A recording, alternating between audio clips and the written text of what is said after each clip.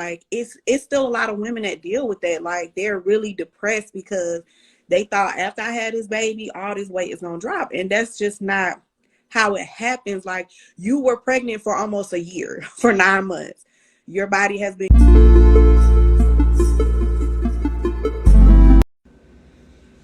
Hey, happy Friday. Thank you for everyone who is tuning into this live. Thank you for everyone who is going to catch the replay. Make sure you like, share, and subscribe to Moms Be Well. Moms Need to Be Well on my YouTube channel. The link is in my bio. And tonight we're going to be discussing a so needed topic about sex and body image during pregnancy and after childbirth. I don't think that we discussed that enough. So to those of you who are tuning into the live for the very first time, my name is Karima Davis. I am the creator of Moms Need to Be Well. And Moms Need to Be Well is a vlog YouTube channel that I created for women of color to help them overcome maternity adversities. So we discuss all kind of topics like breastfeeding, sex, which is what we're discussing today, perinatal, postpartum depression, and just the many challenges that we battle as women of color as far as our maternal health, which includes our mental wellness as well. So I'm going to go ahead and let my co-host in, which is Khadijah from the Healing Space. Definitely make sure you follow the Healing Space. Make sure you tune into her podcast because it's so amazing. She has a podcast for perinatal and postpartum moms, and it is a peaceful meditation, but it is also so soothing to help moms who are dealing with perinatal or postpartum depression, or also just need some type of relaxation during your journey of pregnancy and after childbirth. Hey ladies, thank you for tuning in. I'm going to go ahead and invite my co-host Khadijah in.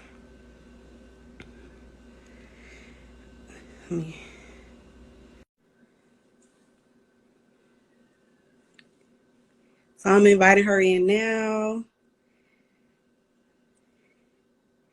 I'm inviting you in, Khadijah. I don't know what's going on. Oh, there you go. Okay. Hey, girl. Hey. Oh, okay. Now I can hear you clearer. There we go. Okay, yeah, because I don't have my mic on today. I forgot the little piece. So I was like, it's just going to be a no mic Friday. That's all right. It's Friday. Yeah, it's Friday. It's Friday. So I was just saying, everyone, to those of you tuning in for the first time who do not know us, Khadijah, if you want to go ahead and introduce yourself again for all the ladies who are tuning in and those who are going to catch the replay so they can know who you are. So yes, hi, I am Khadijah. Hi, Jamie. I am the owner of the Healing Space. I have the Healing Space Podcast. And so the Healing Space is to create space for a pregnancy and postpartum mom to find healing, mind, body, and soul in Christ Jesus. So I lead guided-based meditations, focusing on, just moms who are pregnant, as postpartum. So breathing techniques, devotional, meditating on scripture, and something just to just relax them during this time as they walk through motherhood, because it can be very stressful, very overwhelming, and there's so much things that are happening in our body. I started the Healing Space because during the past 2 years, I'm actually a survivor. I can say that proudly. A survivor of prenatal mood and anxiety disorder. With my third pregnancy, I went into a very great depression. I ended up dropping out of my master's program because I was super, super depressed. It was the middle of a pandemic, and I just really lost my way. And I did not know that I was dealing with prenatal mood anxiety disorder. It wasn't until I got the support that I need from a resource center and my doula giving me the support, and then realizing, wow, this needs to be talked about. This needs to be shared. And so I have a very intense story, and I'm at a point where I love sharing it. I love telling people about it because I feel like our stories heal no matter how scary or dark or traumatic they are, or how beautiful and loving and amazing our stories about giving birth and motherhood, it's all healing. And I think it's important for everyone to hear it, because we don't know another mom who's going through it and realizing, wow, she went through it. I can get better. So that's what I do. I also have a shea oils. That's my other, I call it my side hustle that I do on the weekends. I go do pop-up shops and I sell natural body oils, fragrance oils, and essential oils. So I love doing that. And I'm a mom of 4. So I have 4 beautiful kids. They're healthy. And I just thank God that he gave me this time to really educate and bring awareness and help other mamas during their journey. So that is me. Thank you for sharing. I love that. I love when Khadijah shares, because we are kind of vets in the game. You know, she has 4, I have 3.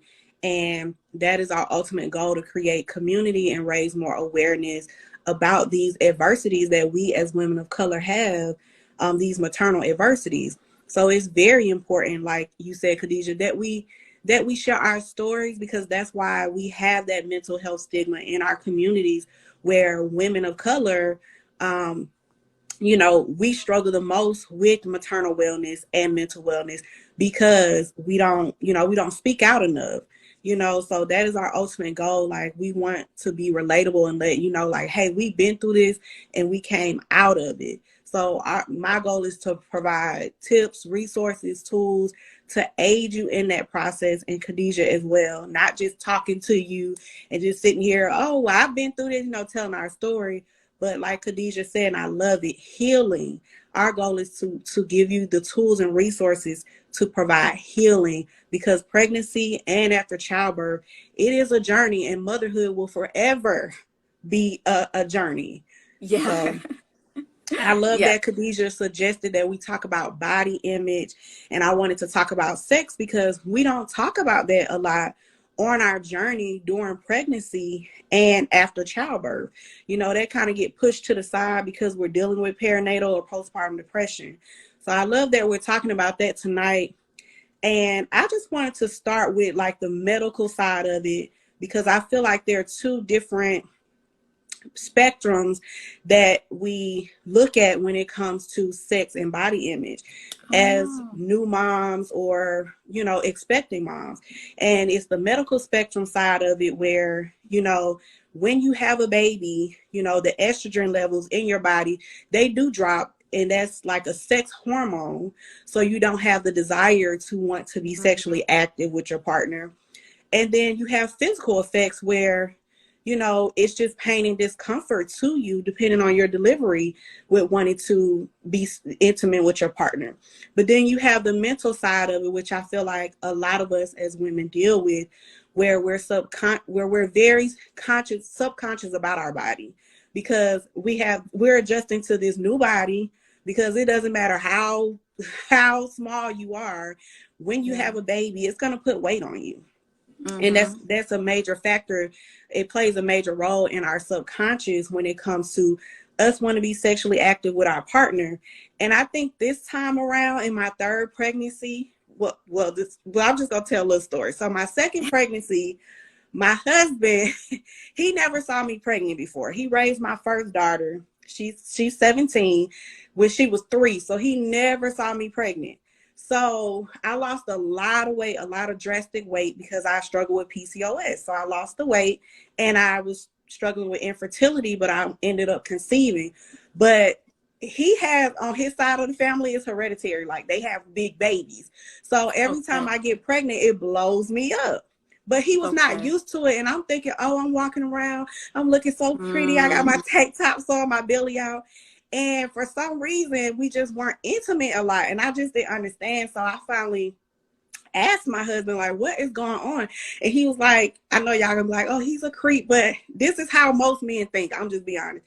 He was not used to my body. Like, it changed so drastically, and he was not used to it. Then now that I'm pregnant again with my 3rd baby, we communicate more. And now he kind of let me lead and drive. Like, if I'm in the mood for it, or if I want to be intimate, he lets me lead, instead of trying to be so demanding of us, because some men are like that. Some of our partners are like that. They want us to be intimate with them while we're going through all these changes in our body, and they don't understand why we can't do it all, because we're going through so much in our body. So I learned Right. something my second and my third pregnancy, because the second one, he just could not handle the changes. And the third Mm, one is like, now it's a more healthier relationship sexually, because that communication piece of it, and him learning from the second pregnancy. right. So I You think need that's to. what. I'm Go sorry. Go ahead, ahead. Khadijah. No, you go ahead. You brought up something that's so important, that your husband said that he wasn't used to it. So it was like this condition of seeing you in this type of way, and then this transition of, wow, she's different. And then we think Mhm. about our culture and how like our background and where we grew up, and the condition of how body's supposed to look, or our Mhm. body's supposed to look like this. For me and my family, like, I'm the tiny one. And people say, "Oh, you should be happy that you're so tiny. You should be so happy. You look at you just bone." And I used to get offended by that, because I they would just call me skeleton. But deep down, I had a lot of health issues because Mhm. of me being skinny. I wasn't eating much, still had like vitamin D, iron issues. And it was just like, yo, this doesn't feel good, because everyone in my family were, I'm gonna say voluptuous. They had meat. I'm gonna say meat on them. And so it was just like, okay, I don't look like that. I'm the skinny person. And then my husband, he was so used to being around women who had meat on them. And then it's just this square, square. I'm okay calling myself that, because I have accepted my body image and how I am. But it was this conditioning that's passed down culturally in our family, of how the body's seen. And so I'm noticing that a lot in especially amongst Black women and Black families, Mhm. that we have this way that our bodies should look. Oh, you have to be, this size in order to look beautiful. Or you have to look this side. Oh, or she's supposed to be this skinny. And it really, we pass that down, uncut, like subconsciously, we don't know that we do it. Mhm. And it's just like, it has an effect on our minds, and Yes. our spirits, and psychologically. And it's really like, whoa, especially when you have partners, and you guys coming from two different families. You're coming together, and it's like, well, I'm not used to this. Well, I'm not used to this. Like, what? This hurts. You're hurting my feelings right now. Like, but you said something else that was important, that you guys communicated. And now Yes. you're starting your family, and you have another new addition coming, that you can start like implementing that in your children, about how and what body image looks like. So I think what you said is this so important, and I don't think we talk about it enough.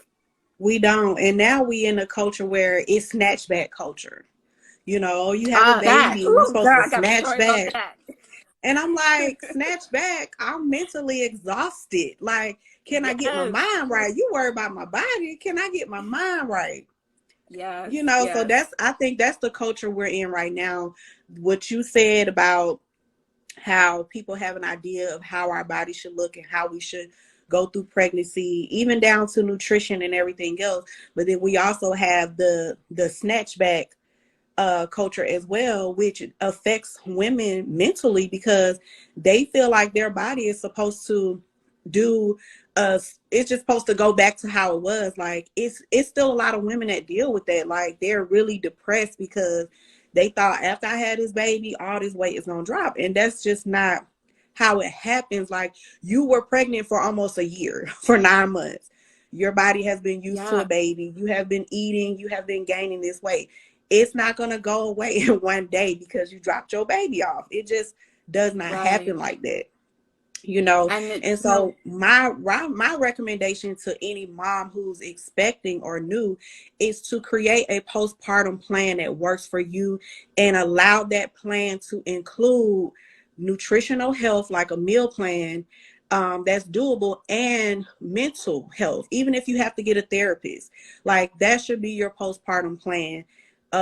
You know, not trying to hurry up and get back in the gym, but just getting your nutrition right, and then also your mental right. So that's a postpartum plan that I have in place, and I would recommend that for any new or expecting mom. And then everything else will come. right.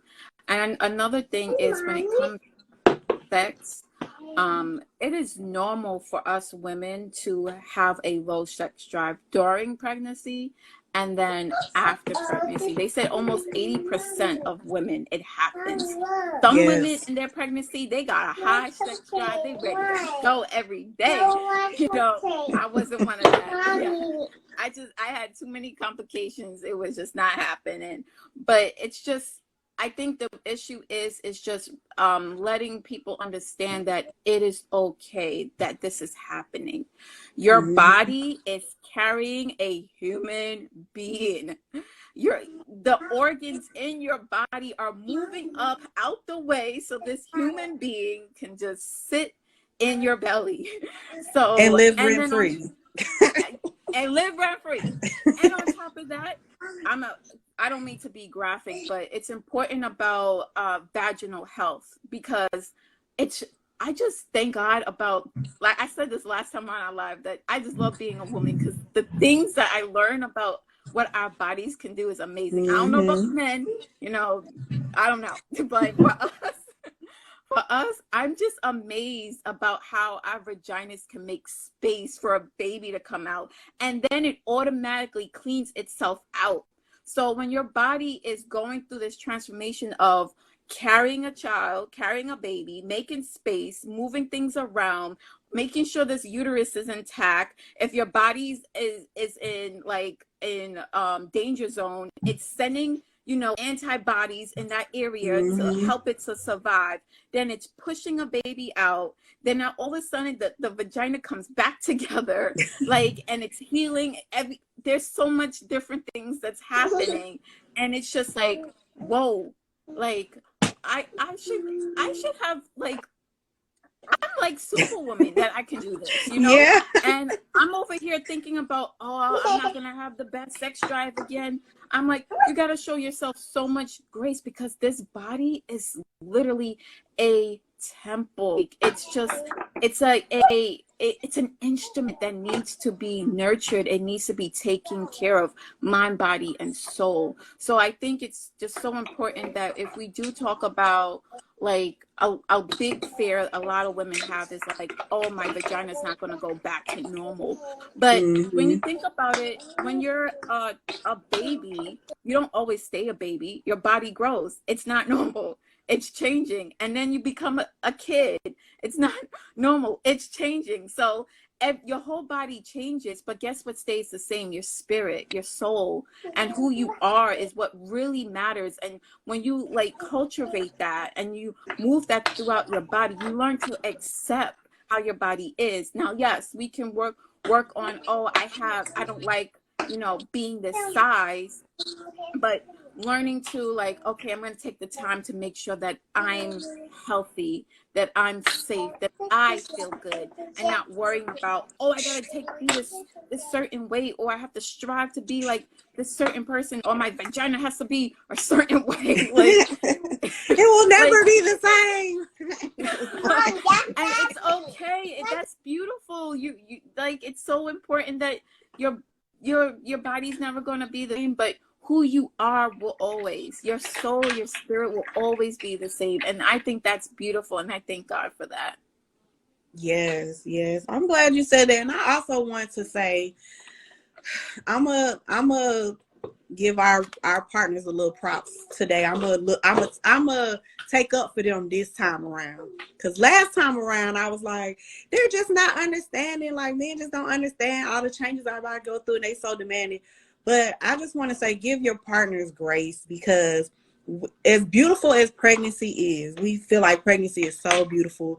They have insecurities as well. They do not know Yeah. how to deal with the changes in our body, even emotionally. Like, so that communication piece is so important, and just giving them grace. I mean, and when I say communication, just asking, like, do you not have a desire to want to, have sex, or, like, keeping that open line of communication and not just making assumptions when it comes to your partner, because again, they have those body insecurities as well, and they really just don't know how to deal with it when it comes to the changes that we're going through.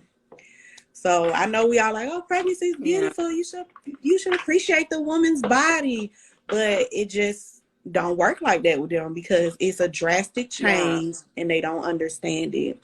And then I love how it all comes back to like stigmas and really the way we think. It really comes back. I'm sorry, that's my 4-year-old. It's all right, girl. You a mama. You're a mama. So it really comes down to our to our mindset. We have to shift our mindset. And even if that means that sometimes we have to kind of, like I said, come up with that postpartum plan and shut out the expectations of the world. That's so important.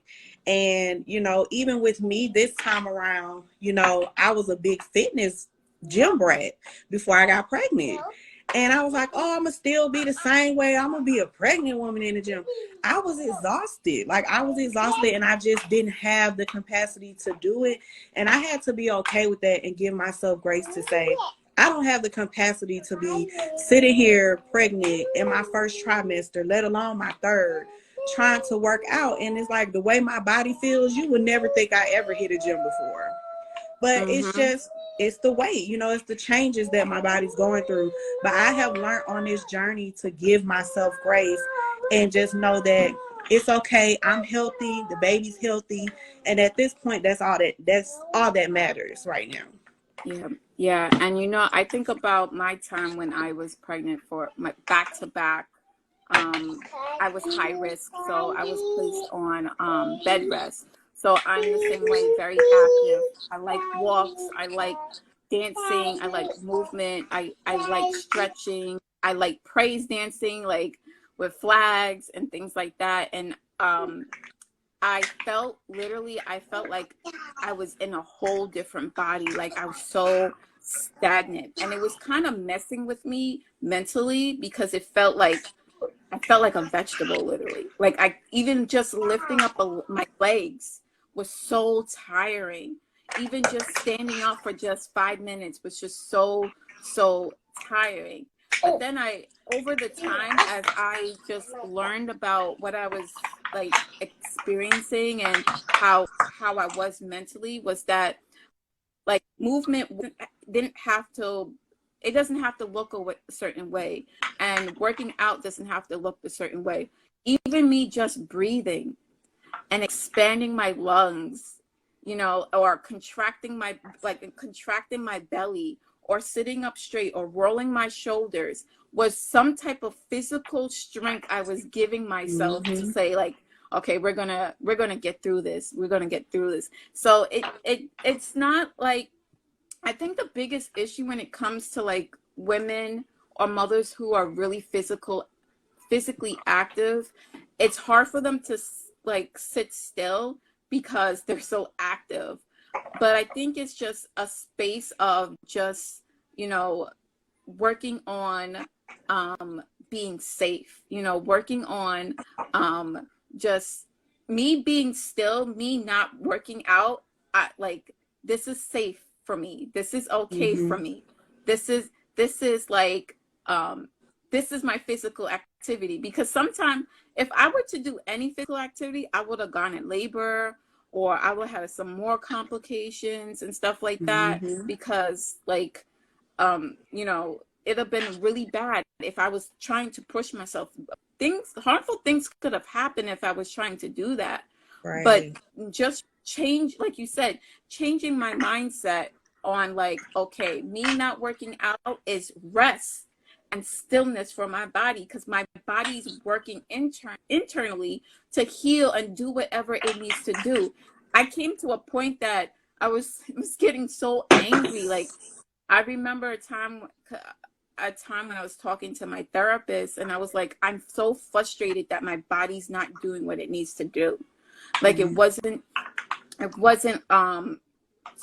it's not getting the protein or the iron, or I can't walk because this hurts. I have to wear a back brace. I have to wear this belly thing. Like, I was getting so angry, not realizing that me being still and just putting my feet up, my body was actually working. It's like, we don't think about the blood running through our bodies. Can we feel that? Right. You can't really feel blood run through your body. You can't feel like your liver, like, or your kidney pumping, like those things. But because I was just taking rest, that was my physical activity, because internally my body's moving. And I think for any mama who is on bed rest and who's very active, that give yourself grace and be gentle, that even though you feel like your body's not doing what it needs to do physically, internally it is, by resting. Yeah. Did I lose you? Absolutely. And then again, when it comes to the sex, it takes time and energy for all that. You already have a whole baby in there draining you, just I mean, it's fun making these babies, but it's a lot. It's a lot of tension. And I just feel like we need to give ourselves grace in that area too, when it comes to intimacy with our partner, where we feel like we obligated, that we have to, have that intimacy. It's okay to set healthy boundaries and say, I'm tired, I'm exhausted. I have a whole human inside me. It's okay to say that, and again, like that communication piece, because there has to be some type of compromise and understanding when it comes to that, because that was my thought process that I've had before, in my last pregnancy, I'm scared if I'm not intimate with my partner, that by the time I had a baby, I'm gonna forget. Like, you ain't gonna never forget that, but I'm gonna forget, or I ain't gonna want to be in the groove no more. Child, I didn't even want to wait to 6 weeks. So I was just fine. But again, it's just mentally, like, we think like, we gonna lose our fire or whatever if we don't, and then we strain ourselves. And like I said, there's a medical side of that, where you could experience that pain and that discomfort, or you just don't have a sexual desire for it. Like, don't force yourself as a woman to do that, even after you have the baby, because some women, it takes longer than 6 weeks, for them to, it takes months. It takes months for them to get back into the habit of, wanting to be intimate, because now you're getting used to your new body, you're getting adjusted to a baby, and naturally babies they gravitate more to their moms, because we have that nurturing instinct. So babies know that, and we have that connection because we've carried them. So let's give ourselves grace in that area as well, and not feel like we have to be so obligated to intimacy with our partners. Like, that's just something that they're going to have to understand. If I got to break it down to you 5 times, you're going to have to understand that you didn't carry no whole life inside you. I'm trying to get me that. Yeah, but also what's important to know is that intimacy is more than sex. It's not about, that's true. It's not just about intercourse. It's what does connection look like for you and for your partner. So that can be, oral sex. That could be, holding each other, kissing each other, dates, looking, staring each other's eyes, it's about, yes, Rachel said it best. It's about I see. connection. It is. And I think we sometimes forget, like, we need to, like, well, we got to get it in. No, we got to get it in. But no, I don't think it doesn't have to be like that. It's about connecting, and I'm connecting on a not just physical, but spiritual as well. Like I'm like this is what makes me feel good, and I'm secure in that. And so I think that's Mm-hmm. just what we need to remember, and speaking that to your partner, because I know some men could be like, yo, I can't wait no more. I can't wait no more.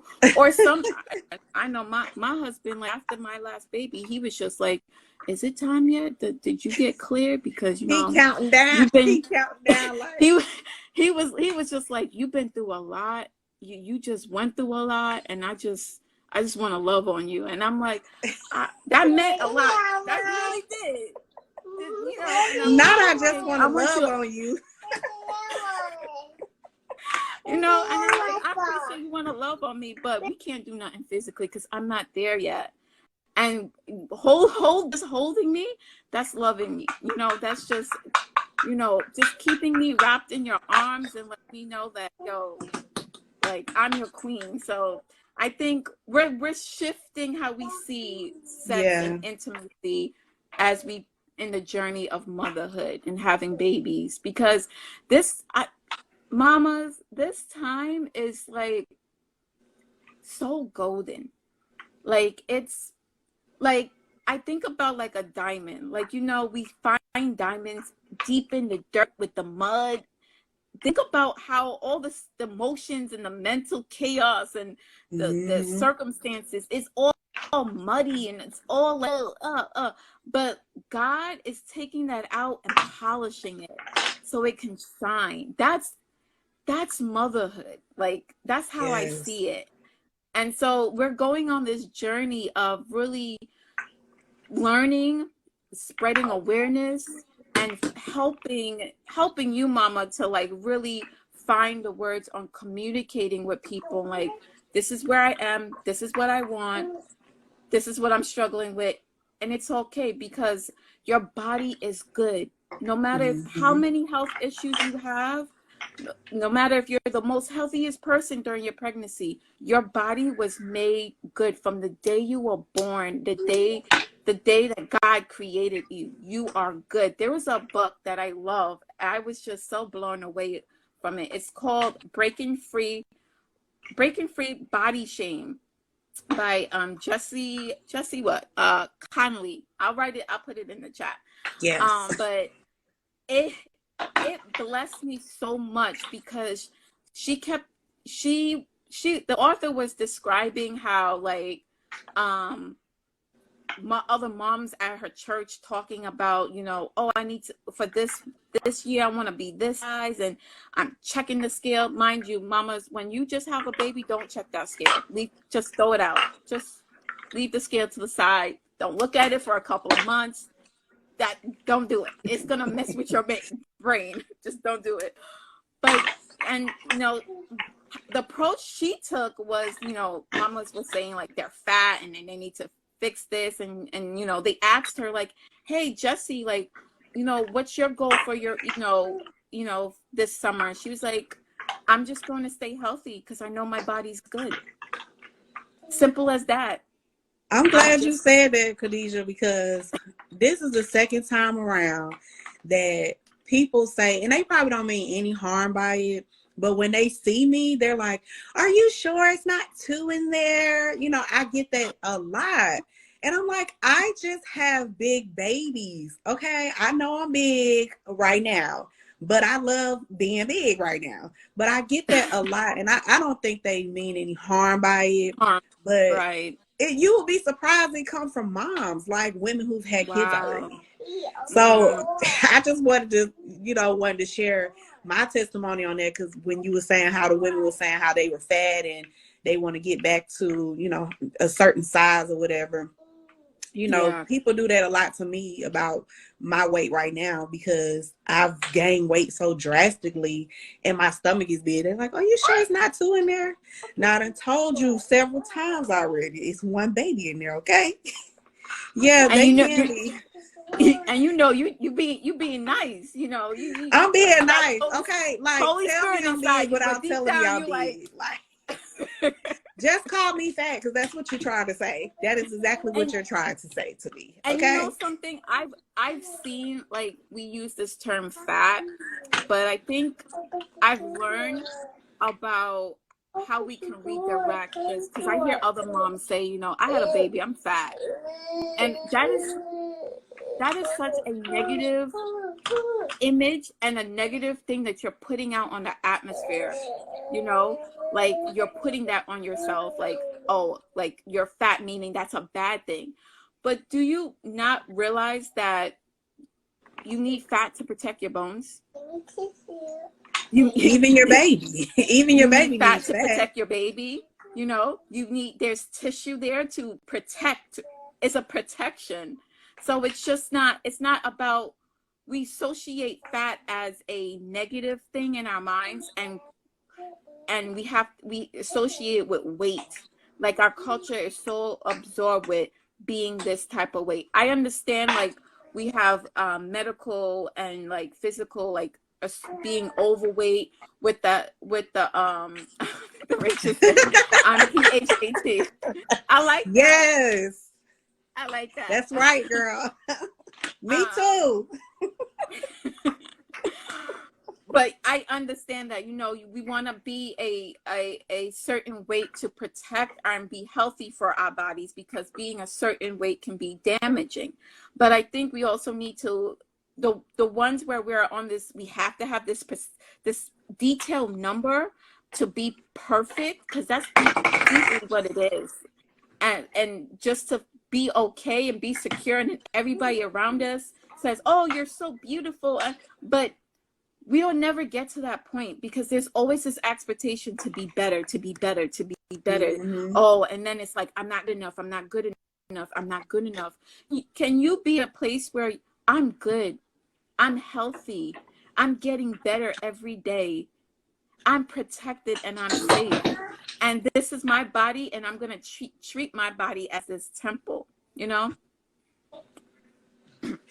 And I tell my friends that who have dealt with like postpartum, and I'm like, girl, relax, give yourself some grace. You just had a whole freaking baby. You know, that would be my exact words. You just had a whole freaking baby. Like, give yourself some grace, you know. And it's okay to want to lose the weight. It's okay to want to be a certain size, you know, for you, but do it for you. Don't do it because of society, because they say you have to be a certain type of way. I know women who are slim women, and they're having challenges in their pregnancy because their bodies, you know, doctors are telling them their bodies weren't created to carry babies. And we know all of our bodies were created for that. So like you said, we just got to reconstruct our thought process when it comes to that, when it comes to weight in itself, because there are smaller women who can be unhealthy. You know, your ultimate goal is to feel beautiful from the inside out. And that's why I said, with that postpartum plan, start with your nutrition. Like, start with the eating the right things. And even when it comes to like your mood, you know, eating mood booster foods for yourself, taking your vitamins, things that you need anyway for you and your baby, especially if you're breastfeeding. And then, you know, having that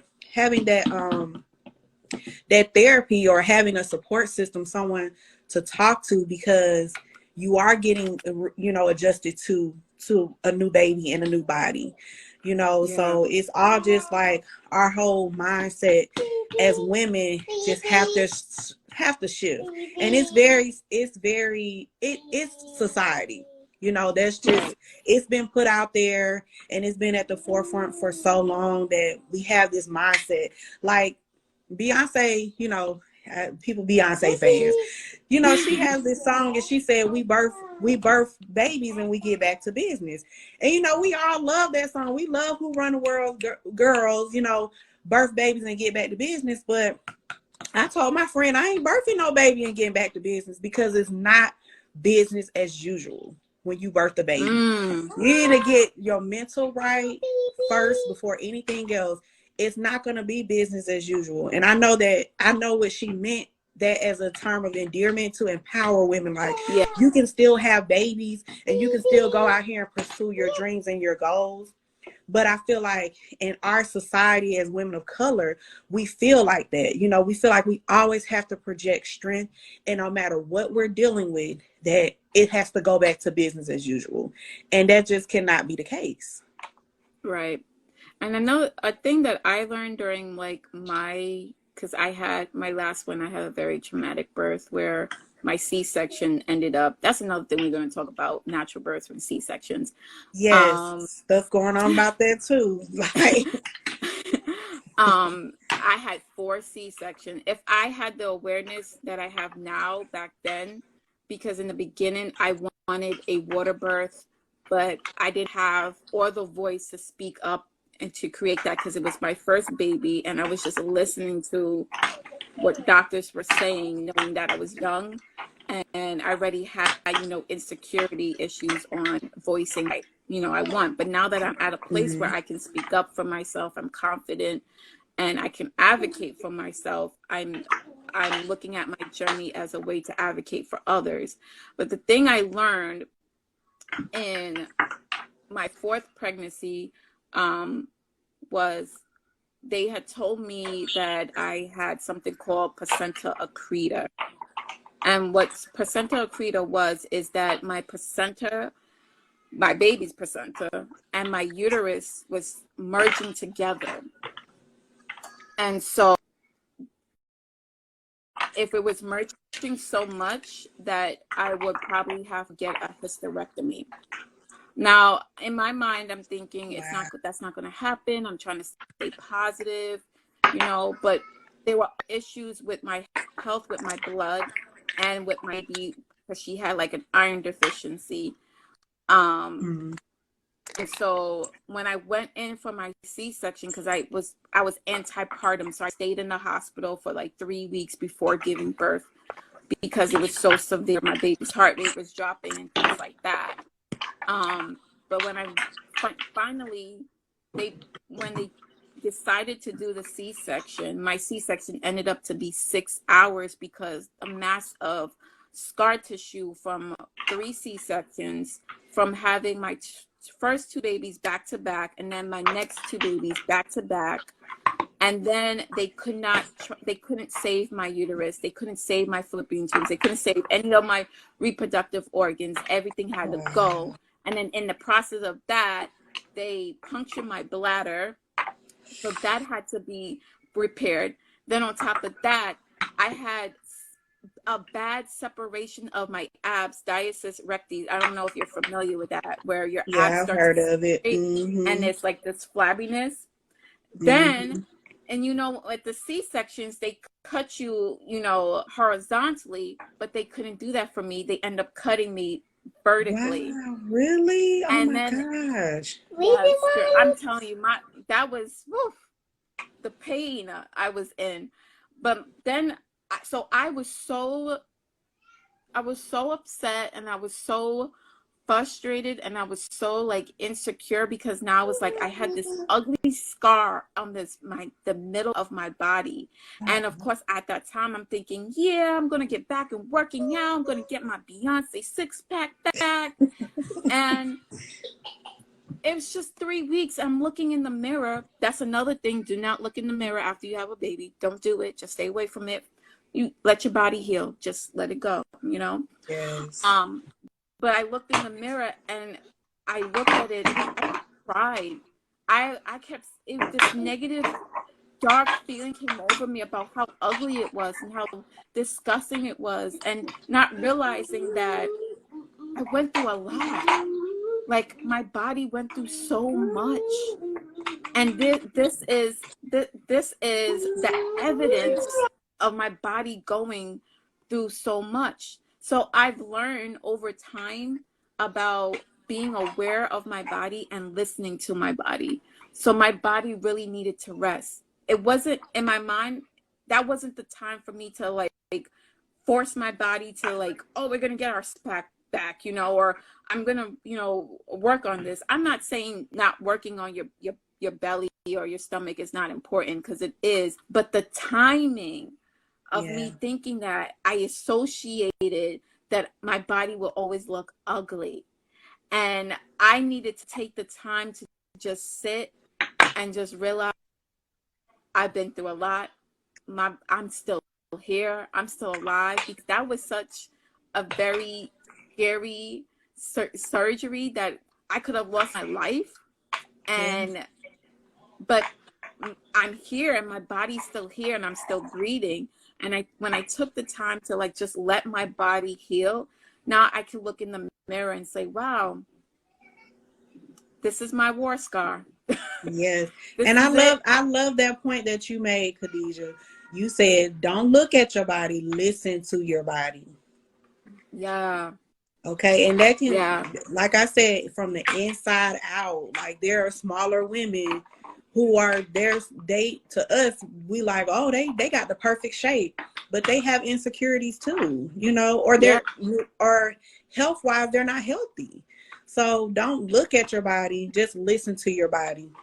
Your body went through a lot. It was a lot of changes. This is my third C-section, and I was told, my stomach would never get flat. And when I worked out after the second baby, my stomach, it slimmed down. I didn't have to get surgery or anything like that, but it was my mindset. It was me making up my mind that I'm going to love my body as it is. And I even told my trainer, he was like, we got to get you abs. But I told him, I said, dude, I had a C-section. Like, I don't want no abs. Like, all I want is just get some of this fat down and I'm good. And that's exactly what we did. Like, I set my own expectation. I don't want no abs. I don't need none of them. Especially if I'm having more kids, you gonna give me some abs so they can change again. So love your body, like love your bodies, because your bodies do amazing things as women. It is your job to love your bodies if nobody else do. Because like I said, these men, they don't understand, and we can't be mad at them because they don't understand. Like, I've literally sat there and asked God, like, I think they're a little special sometimes. Like, I be telling God. And I'm not gonna they go through a lot, mental. They do, but I'm saying like they just honestly don't understand. It's not like they don't because they're not holding a baby. They don't have the capacity. They don't not physically doing it, but mentally they're present and they're seeing their perspective is like, whoa, that's what happens. Yep. Whoa, that's how she feels. Okay. Whoa, she asking for a lot, but I'm tired myself. So it's a different perspective when it comes to a partner. But I know that's a whole nother conversation we need to talk about. But I just wanted to say that, like, because a lot of times, like, because since we're talking about sex and body image, a lot of times we don't give them enough grace because we want them to understand. But I just came to the realization in my third pregnancy that they just don't have the capacity to understand it the way we do. All we can do is communicate and to our best ability, and then they see everything else play out. But it's not like they just don't want to. They just don't have the ability to completely understand because they haven't gone through it. So it is our job to be, stewards over our own body and to love ourselves, and to look at ourselves as beautiful inside out. And then that will project in the world. And that's how other people will view us. And the ones that don't, we don't care. Like she said in the chat, we fat, PH18. PH18, we don't care. Yep. Yeah. So it's just, I think it's important to know that this time takes time. Yes. And a lot of moms have some of us are good at being patient. Some of us are not so well at being patient. But I think what's important is patience is not really focused on the actual time. It's actually posturing yourself on how I can cultivate or like navigate and manage my emotions, manage my mental capacity, manage my spiritual capacity. I might be I'm feeling sad right now, but can I choose joy? I'm frustrated right now, but does that have to ruin my day? I didn't like the doctor's report, but I'm going to be optimistic and hopeful. I didn't like what the doctor said, but I know I have other options.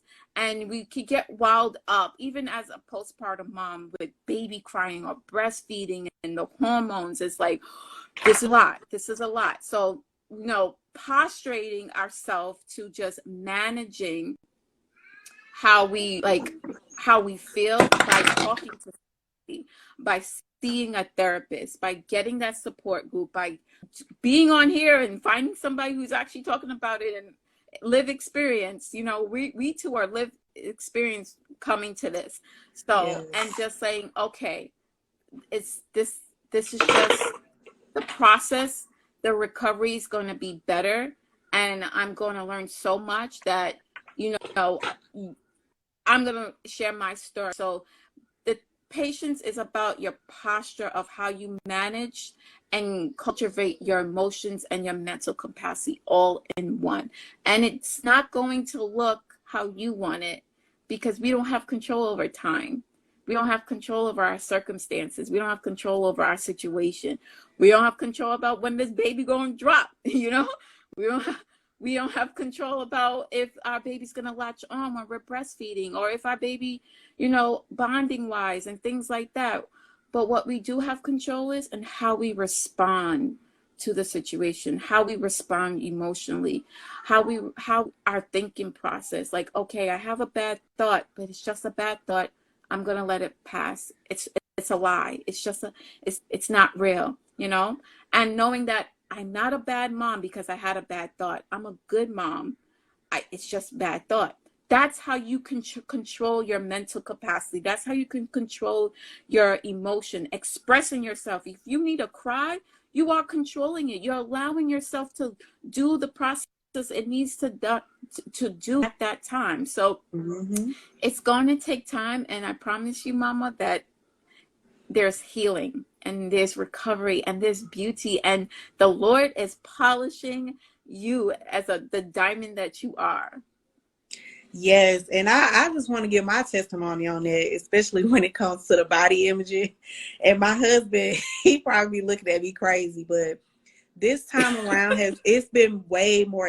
I've been made way more embracive to myself and my body than I was the last time around, because I had not been pregnant in like 13 years then. But now, one of the things that I do, because I know it's all ladies on here, when I get out the shower and I put like oil on my belly and stuff, I dance in the mirror. Like, I dance and I look at my belly and I'm like, yeah, And sometimes my husband, he'll be there and they'll just be looking at me. But that's the way I love myself and I love my body. And I can honestly say, because of everything we discussed tonight and me shifting my mindset, I have not felt in this pregnancy that, oh, I'm fat, and I haven't felt that. Like, that is such a big weight off of me, because that causes further perinatal depression and other things, And I just decided that I'm going to enjoy my pregnancy in every part of the journey. So I look in the mirror every time I come out the bath or the shower, and I dance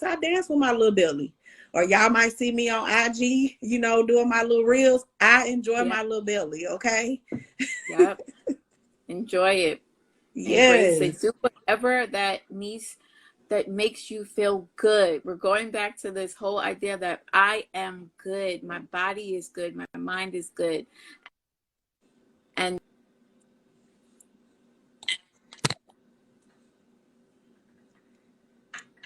you freezing up on us, Khadijah?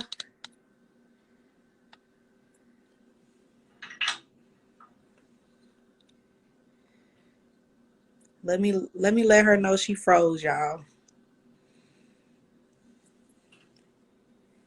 knowing that that's who you are.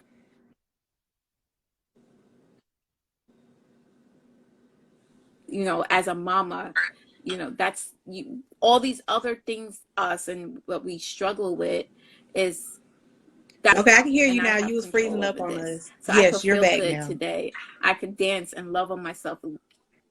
Are you there? Did I just saying, just honoring the fact that our bodies are good and that we don't have to listen to what the world or what people are saying, that we can have our expectations the way we want to and enjoy this life. And I think the biggest issue that we have is when we hear the offense or the insensitivity, how do we respond? Or, you know, when we deep down, we might have those insecurities about ourselves. But I think it's just having these talks, reassuring and setting our mind on, you know, I don't have to listen to security because it's not true about who I am. And that I know that I'm a good person and my body's healing. I'm recovering. My mental is recovering. My emotions is recovering. And I'm the best parent I can be for my child. So, yeah. Yes, I love that. I love that. We can close with that. That was good, Khadijah. And y'all stop listening to these celebrities. They getting surgery. Like, y'all stop listening to these people. Letting these people deceive y'all. Y'all see them go through the whole pregnancy. They be looking just like me.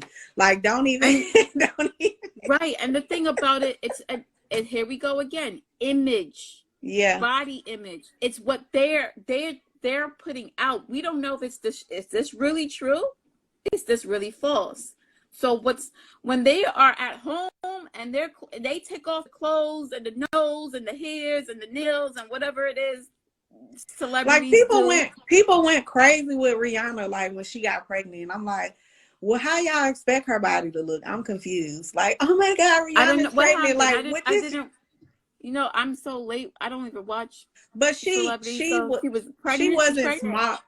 She wasn't small or anything, but they had never seen her pregnant. So when she was pregnant, they was just making like this drastic deal about it. Like they never seen a pregnant woman before. And then like after she had the baby, they was making headliners about that. Like she still got her baby body. And I'm like, yeah, that's what it's supposed to look like. Like society, they was shocked that Rihanna was like, you know, she was still wearing the things she wear, but you could see the baby weight on her. And then after she had the baby, you know, she embraced it. Like she didn't go get surgery or anything. She didn't show herself being in the gym or anything like that. Like, don't let these people fool y'all.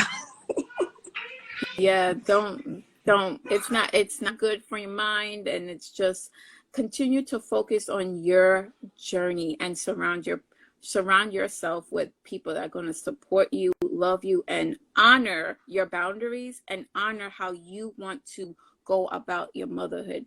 There's a scripture, because I remember when I was in the hospital. I couldn't, because I had such an intense surgery.